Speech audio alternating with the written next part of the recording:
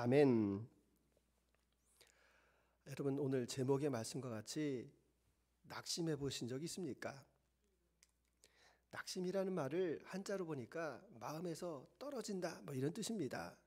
내가 기대했던 바가 있는데 그 기대가 이루어지지 않아서 마음이 상한 상태, 이것을 낙심이라고 말합니다. 오늘 이 엘리야 선지자를 보게 되면 그 마음 가운데 낙심이 꽉 차 있습니다.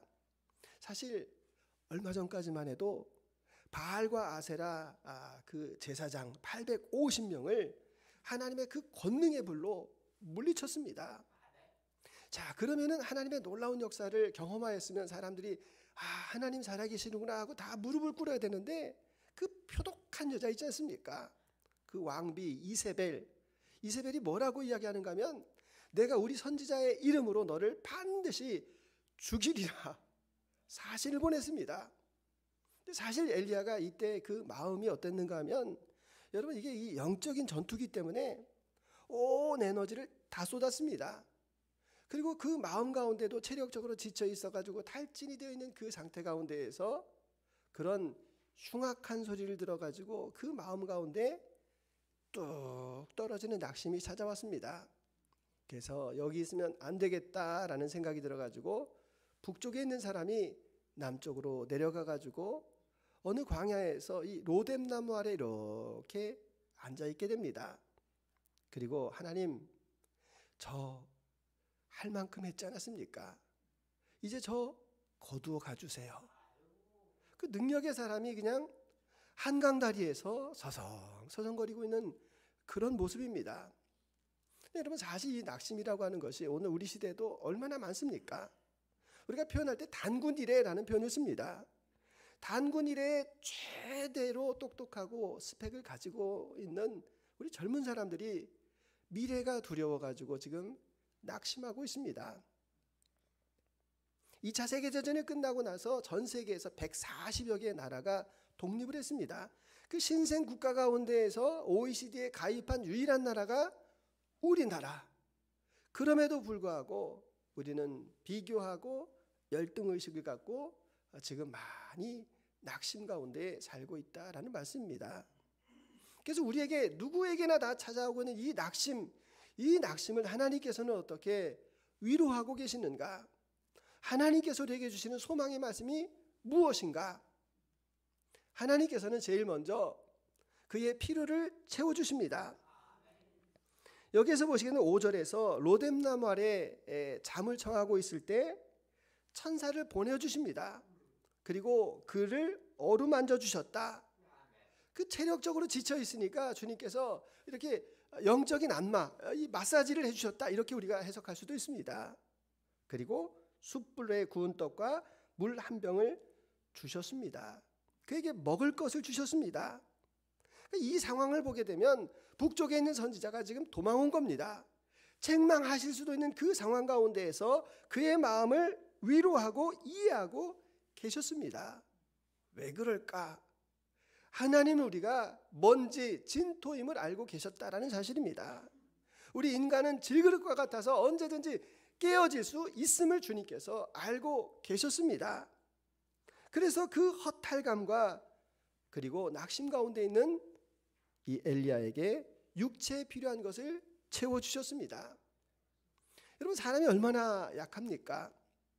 유명한 연예인들을 보게 되면, 가수들을 보게 되면 큰 콘서트를 하고 어떤 무대에서 내려오면 그 무대에서의 그 화려함과 혼자 있는 그 쓸쓸함 사이에 마음이 많이 이렇게 가라앉는다고 합니다. 그래서 그거를 견디기가 어려워서 약물을 의지하기도 하고, 심하면 마약을 먹기도 하고, 그런 것도 우리가 다 알지 않습니까?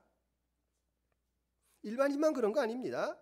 목회자 가운데서도 부흥사들이 계십니다.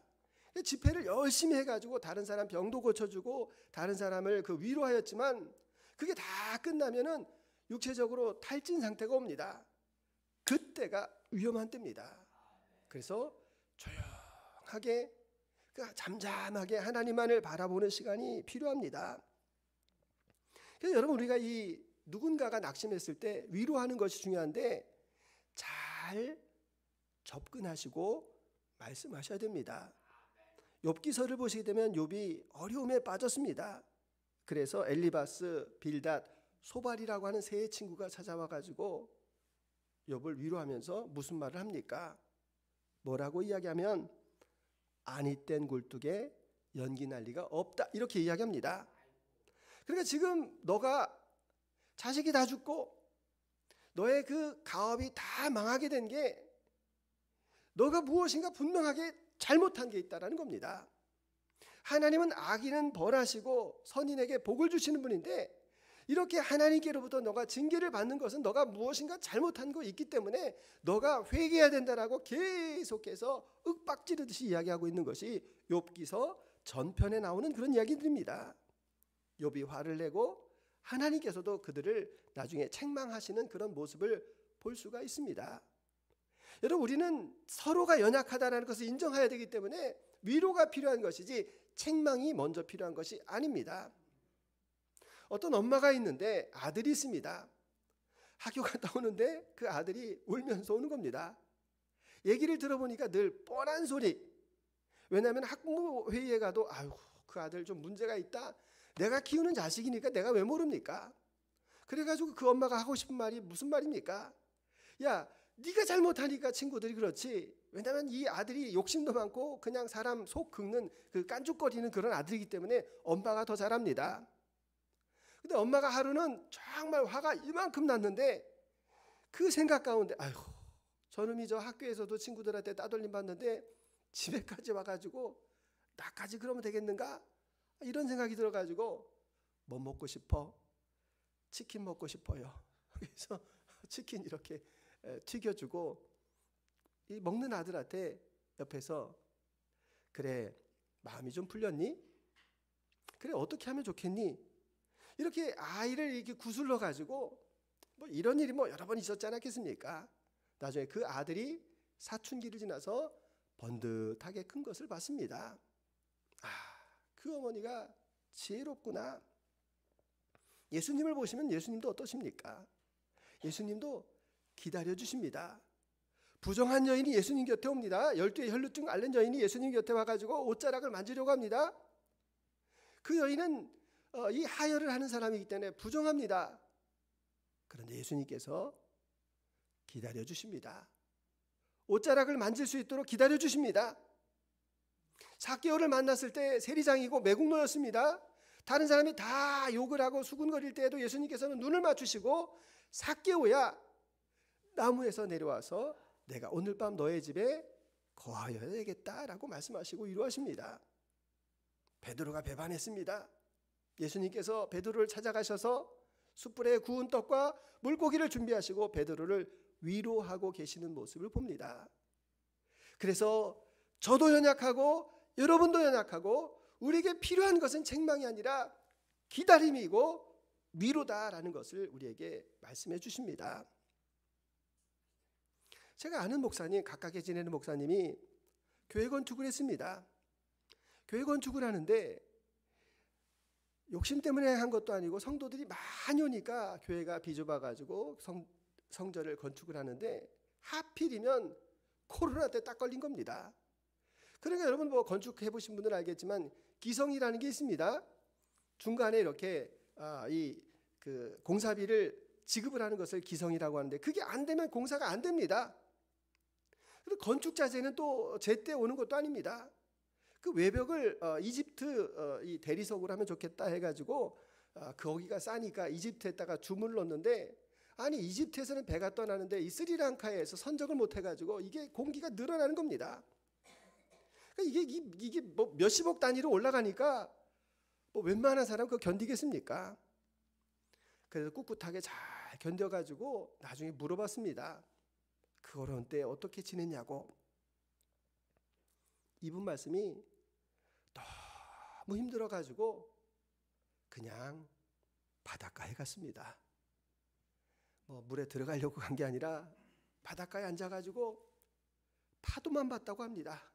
계속 오가는 그 파도를 힘없이 바라보고 거기에서 위로를 받았다. 기다려주면 됩니다. 성급하게 말할 필요 없습니다.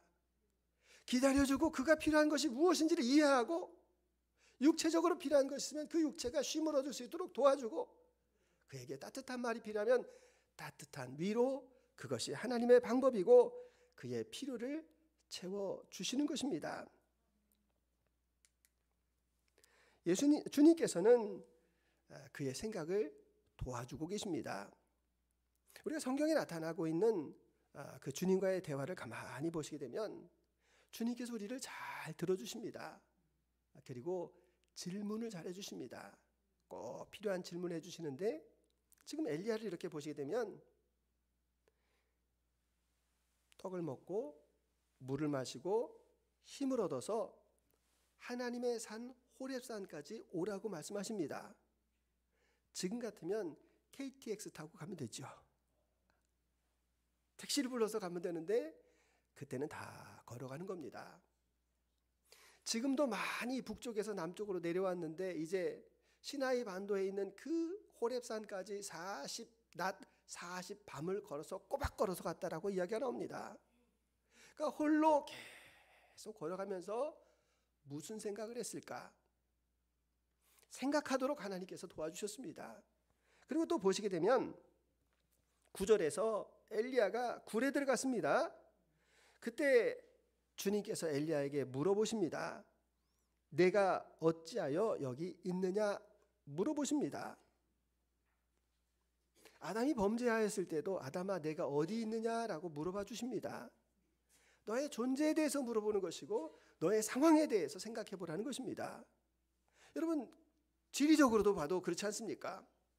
북쪽의 선지자가 살겠다고 아등바등 해가지고 남쪽 남유다의 부엘세바까지 내려왔습니다. 그리고 또 하나님의 말씀을 받들어서 그 시나이 반도에 있는 호렙산까지 내려왔습니다. 그러니까 자기가 이제까지는 정신이 하나도 없어가지고 어디를 걸어왔는지 뭘 하는지도 몰랐는데 하나님의 그 질문 앞에서 맞아, 내가 지금 어디 있는 거지? 나는 북쪽 이스라엘에 부름받은 선지자가 아닌가? 그가 그런 생각을 하지 않았겠습니까? 그때 또 하나님께서 그에게 보여주시는 퍼포먼스가 있습니다. 하나님께서 그를 만나러 오시는데 잘 보시게 되면 11절에 강한 바람이 확 불어옵니다. 강한 바람이 불어오니까 주님께서 나타나실 거야. 강한 바람 가운데서도 주님 나타나시지 않으셨습니다. 11절 하반절에 보니까 지진이 일어나는 겁니다. 지진이 일어나니까 주님께서 오실 거야. 안 오셨습니다. 그리고 불이 지나갑니다. 불 가운데 나타나실 거야. 안 나타나십니다. 여러분, 여기에서 나타나고 있는 강한 바람, 지진, 불이라고 하는 것은 하나님의 능력과 하나님께서 나타나실 때 그 임재의 그 모습을 보여줍니다. 잘 알 수 있는 것이 우리가 출애굽기를 보시게 되면 하나님께서 출애굽한 이스라엘 백성들 그 가운데서 모세를 하나님의 산 호렙으로 올라오라고 말씀하십니다. 그때 보게 되면은 큰 우레와 번개와 빽빽한 구름 그리고 나팔 소리가 들려올 때 하나님께서 모세를 그곳으로 불러주시는 것을 볼 수 있습니다. 그러니까 구약의 사람들은 이렇게 지진이 나고 이렇게 불이 있고 이렇게 큰 강한 바람이 오면 주님께서 오실 거야 라고 이렇게 생각하고 있었는데 그 생각의 편견을 지금 깨트리고 계신다는 얘기입니다. 그러니까 생각하게 하는데 엘리야가 가지고 있던 생각은 뭡니까? 주님, 제가 850명의 그 이방 선지자들을 물리치시면 그 다음에 주님께서 바톤을 받아가지고 이세벨이 나를 죽이겠다라고 하면 이세벨에게 뭐 벼락을 내리시든지 뭘 하시든지 해가지고 나를 보호해 주셔야 되는 것 아닙니까? 내가 주님을 위해서 이와 같이 헌신을 하였는데 왜 주님께서 나를 돌보시지 않으시는 것입니까? 내 기준을 세워가지고 하나님 왜 내 기준에 지금 안 맞춰주시느냐? 이거를 강한 바람과 지진과 불이 지나갈 때 생각하게 해 주셨다라는 사실입니다. 저와 여러분도 마찬가지입니다. 우리가 하나님의 주권을 인정하지 않고 하나님의 능력을 제한할 때가 얼마나 많이 있습니까? 하나님 다른 거 다 하실 수 있는데 자식의 교육에 만큼은 내가 전문가입니다. 하나님의 능력을 우리가 제한할 때가 많습니다. 하나님 다른 건 다 하실 수 있는데 이 재정만큼은 내가 꼭 붙들어야 되겠습니다. 하나님 내가 지금 기도하고 있는데 이 기도가 연말 지나가기 전까지 주님께서 들어주셔야 됩니다. 주님의 능력을 제한하고 있다는 겁니다. 여러분 그 능력을 제한한다라는 것이 얼마나 위험한 일인가 우리 다 알고 있지 않습니까? 2차 세계대전 때 포로 수용소에서 믿음이 좋은 사람들이 먼저 많이 돌아가셨다고 합니다. 왜 그런가 하면 연합국의 사람이 되어가지고 일본군 포로로 끌려왔습니다. 그래서 뭘 기대하겠습니까? 하나님 내가 이렇게 믿음이 좋고 지금 이렇게 예배도 열심히 잘 드리니까 주님 이제 부활절이 곧 다가옵니다. 부활절에는 이제 여기서 풀려나서 고향 가게 해주세요. 부활절 지나갔습니다. 주님 제가 이렇게 믿음 생활 열심히 하고 기도도 열심히 하니까 이번 크리스마스에는 꼭 가게 해주세요. 뭐 이렇게 기간을 정해놓고 계속 기도하는데 안 되는 겁니다. 낙심해서 결국은 행복하지 못하고 더 일찍 죽었다라는 그런 통계가 있습니다. 그러니까 여러분 우리가 신앙이라고 하는 것은요 무덤덤일 때가 너무 많은 것 같습니다. 아니 대부분 또 그런 게 많은 것 같습니다. 무덤덤이 뭡니까? 어떠한 일에 너무 기뻐하지 않고 어떤 일에 너무 낙심하지 않고 여러분 그런 것 아닙니까? 운동하는 선수들을 보니까 그 운동선수들은 아침에 일어나가지고 얼마나 이 웨이트하고 훈련을 열심히 받습니까? 뭐 땀이 비 오듯 하고 뭐 도복을 짜보니까 거기에서 막 그냥 물이 그냥 흥건하게 떨어지고 그 일을 계속해서 반복하는 겁니다. 근데 반복하는데 뒤돌아보니까 너무 끔찍해. 야, 이거 사람이 할 짓인가? 이거 나 못해 라고 해서 그때 낙심이 오는 겁니다. 여러분 우리는 뒤를 돌아봐서 침륜에 빠지는 사람이 아니다라고 성경에서 말씀하시는데 그 말씀이 무엇인가 하면 가야 할 길이 저렇게 머네 라고 생각해가지고 우리 스스로 낙심할 필요가 없다라는 겁니다. 그냥 오늘이 지나갔네 감사하네 끝. 또 내일이네 또 내일도 지나갔네 하루를 살게 해주셔서 주님 앞에 너무 감사해 끝. 여러분 생각의 이 단절이 너무너무 중요한데 그것을 우리는 또 오래 참음이다 이렇게도 이야기합니다. 그러니까 이 시간이라고 하는 것이 하나님께서 주어진 것인데 시간을 내가 판단하고 재단하고 내가 요리하겠다라고 생각하면 넘어집니다. 그래서 우리는 늘 주어진 상황 가운데서 감사하며 살아가는 겁니다.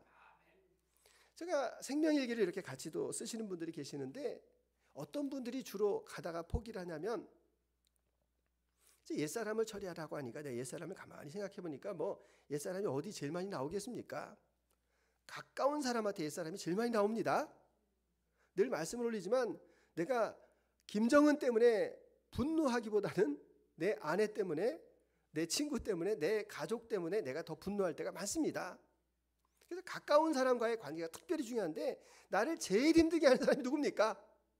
가까운 데 있는 사람이 제일 힘들게 합니다.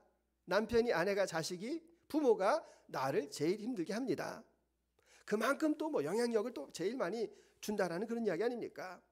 그래서 내가 화가 났는데 뭐 예를 들어서 남편 때문에 아내 때문에 내가 이렇게 옛사람 발견해서 처리했습니다. 그리고 났는데 또 똑같은 일이 또 벌어집니다.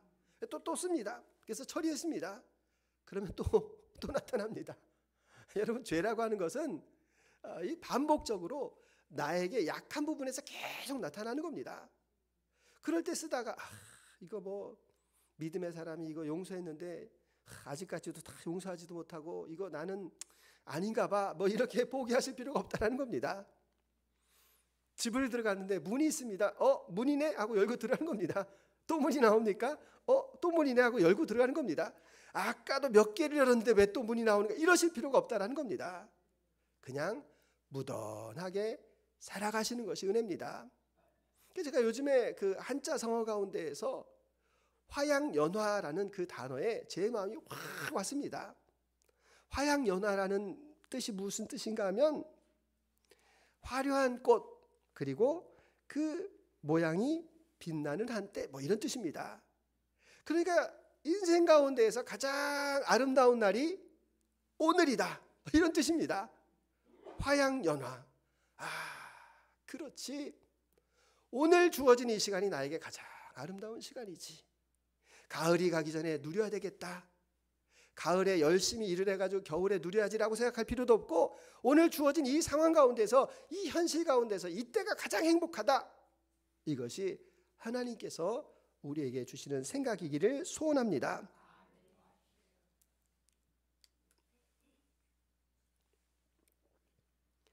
세 번째, 하나님께서 그의 사명을 다시 세우십니다. 제가 재미있는 걸 봤습니다. 청춘에 아주 재미있는 것을 봤는데, 제가 이렇게 그 멘토링하는 학생들이 있습니다.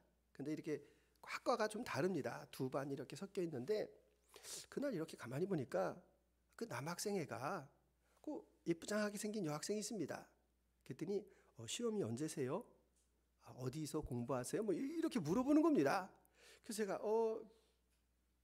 좀 특이한 일이라서 그냥 그런가 보다 하고서 이제 마쳤는데, 이제 멘토링이 다 끝나고 이제 학생들이 딱 돌아갈 때, 뭐 저도 뭐 다른 사람들도 있고 얘기도 하고 그러는데, 이 학생이 번호 좀 뭐 이런 단어가 들리는 겁니다. 그 여학생한테 번호 좀 이렇게 얘기를 하는 겁니다. 근데 뭐 보통 우리 뭐 그 이야기 들어보면은 일본 여자하고 한국 여자하고 거절하는 방법이 다르다고 합니다. 일본 여자는 남자가 무슨 말 할 때 거절할 때 말을 절대로 안 한답니다. 그냥 말도 안 하고, 그러면 남자가 이렇게 뭐 전화번호 주세요, 한번 만날까요, 커피 마실까요, 그냥 간다고 합니다. 한국 여자들의 특징이 뭡니까? 그래도 제일 젊은 우리 그래요. 그냥 편하니까 김연 집사님, 만약에 저기 남자가 이렇게 전화번호 알려달라고 그럴 때 보통 어떻게 거절하죠?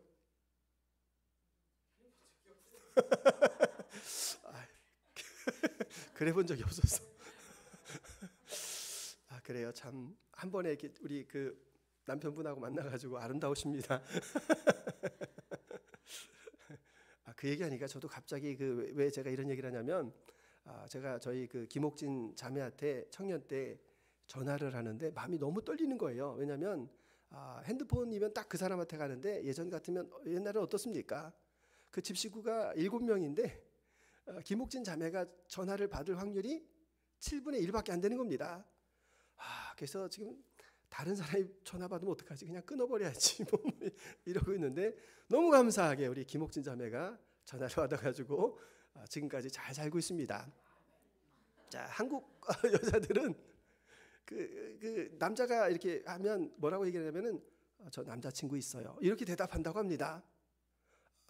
그래서 그런지 몰라도 하여튼 저는 뭐 잘 못 봤는데, 이 남자애가 후다다다닥 막 가는 겁니다.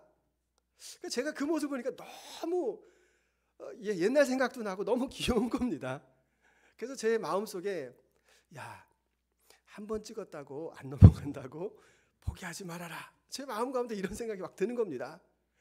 제가 또 얘기를 했더니, 요즘에 뭐 2번, 3번, 10번 찍어 그 다 스토킹이라고 합니다. 요즘은 다 스토킹이라고 하는데, 그냥 뭐 저는 제 식대로, 야, 포기하지 마라. 한 번에서 안 되면 몇 번 하면 괜찮다라는 그런 마음이 제 안에 들었습니다. 자, 지금 낙심하고 있습니다. 낙심하고 있는데, 하나님께서 이 엘리야에게 아주 특별한 사명을 말씀해 주시는데, 자, 15절에서 보시게 되면, 너는 다메섹에 가서 하사엘에게 기름을 부어서 아람 왕이 되게 하라, 이렇게 말씀하십니다. 또 16절에 님시의 아들 예후에게 기름을 부어 이스라엘의 왕이 되게 하라.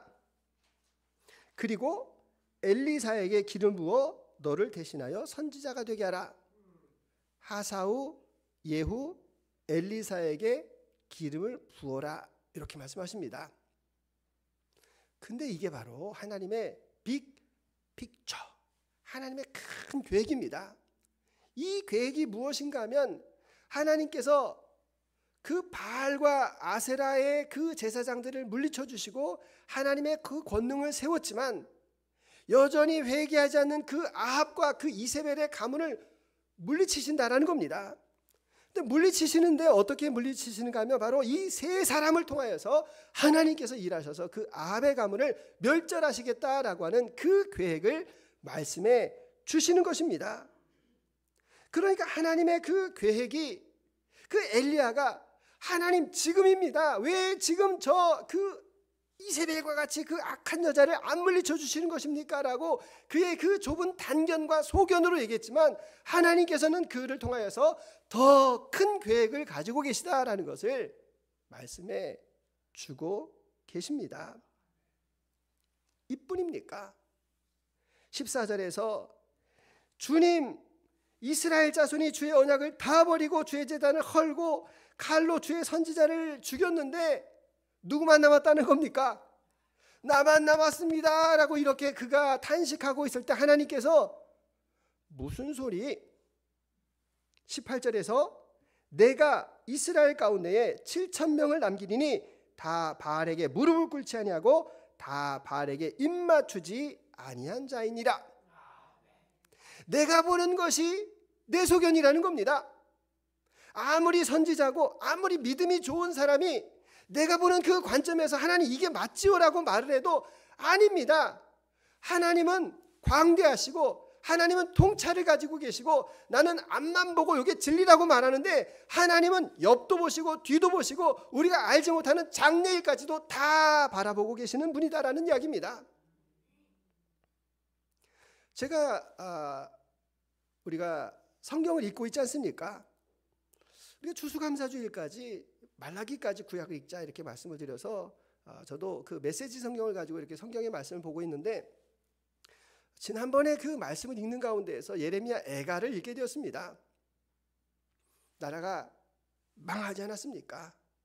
포로로 다 끌려가고 어린아이들이 죽임을 당하고 그리고 그 거리가 적막하고 이제는 아무런 소망이 없다라고 하여서 탄식하면서 지은 그 말씀이 예레미야 애가입니다. 그런데 그 예레미야 애가 3장 25절로 33절의 말씀을 읽는 가운데 제가 너무너무 큰 은혜를 받았습니다. 여러분 이 말씀 우리 같이 한번 읽어보겠습니다. 열정을 품고 기다리는 사람, 열심으로 찾는 이는 하나님께서 반드시 선대하신다. 잠잠히 소망하며 하나님의 도우심을 잠잠히 바라는 그 사람은 복되다. 젊은 시절 고난을 겪고 끝까지 견디느니 그 사람은 복되다. 삶이 힘들고 짐이 무거울 때 홀로 있어라. 침묵 속으로 들어가라. 바닥에 엎드려 기도하여라. 캐 묻지 마라. 다만 나타날 소망을 기다려라. 고난으로부터 달아나지 마라. 정면으로 맞서라. 우리에게 최악의 상황이란 없다. 왜 그런가? 한 번 가면 영영 돌아오지 않는 분이 아니시기 때문이다. 아멘. 우리에게 최악이 없다라는 겁니다. 우리가 낙심하고 있는데 그 낙심이라는 것이 우리의 감정이라는 것입니다. 하나님은 절대로 우리에게 포기하지 말라고 말씀하고 계십니다. 왜냐하면 하나님께서 한 번 가면 영영 돌아오시지 않는 분이 아니라는 것입니다. 우리 하나님은 영영이 저와 여러분과 함께 하시고 우리를 위로하시고 우리에게 힘과 능력 주시기를 원하시는 분이다라고 분명하게 말씀하시기 때문에 그렇습니다. 그래서 그 하나님의 그 깊은 경륜을 나는 압니다. 하나님의 그 크심을 알고 나는 그 하나님 앞에 엎드립니다. 우리의 사명을 다시 세우시는 그 주님을 기대합니다. 우리는 눈으로 봅니다. 내 눈으로 보는 결과가 나타나지 않을 때 낙심할 수가 있습니다. 그러나 믿음의 사람은 포기하지 않는 그 이유가 바로 우리 주님이 우리를 너무나도 잘 알고 계시기 때문에 그렇습니다. 때때로 육신이 약하여서 넘어질 때도 있습니다. 그것조차도 주님께서는 다 아시고 우리를 위로하시고 덮어주시고 싸매어주셔서 다시 힘을 북돋아 주십니다.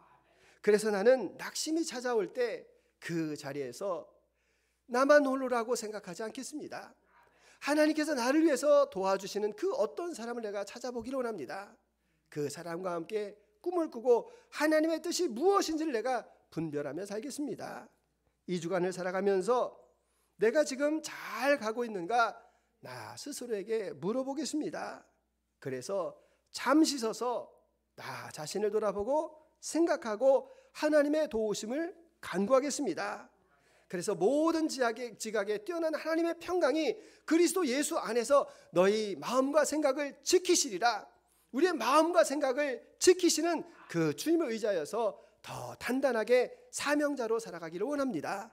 이런 고백이 저와 여러분 가운데 넘쳐나시기를 주님의 이름으로 축원합니다. 주님 감사합니다. 낙심이 찾아올 때가 있습니다. 그것은 내 생각 속에서 일어나는 일입니다. 내 감정의 변화입니다. 천지를 만드신 하나님은 변하지 않습니다. 여전히 내 곁에서 계십니다. 내가 누구 때문에 무엇을 위해서 낙심해야 됩니까? 위로자 되시는 주님, 내가 낙심할 때 나에게 힘과 능력을 허락하여 주시고 나의 동역자를 허락하여 주시고 나도 낙심한 자의 좋은 이웃이 되게 하셔서 우리가 서로를 위로하며 주님께서 맡겨진 사명을 끝까지 잘 감당할 수 있는 귀한 은혜 허락하여 주옵소서. 감사드리며 예수 그리스도의 이름으로 기도드립니다. 아멘. 찬송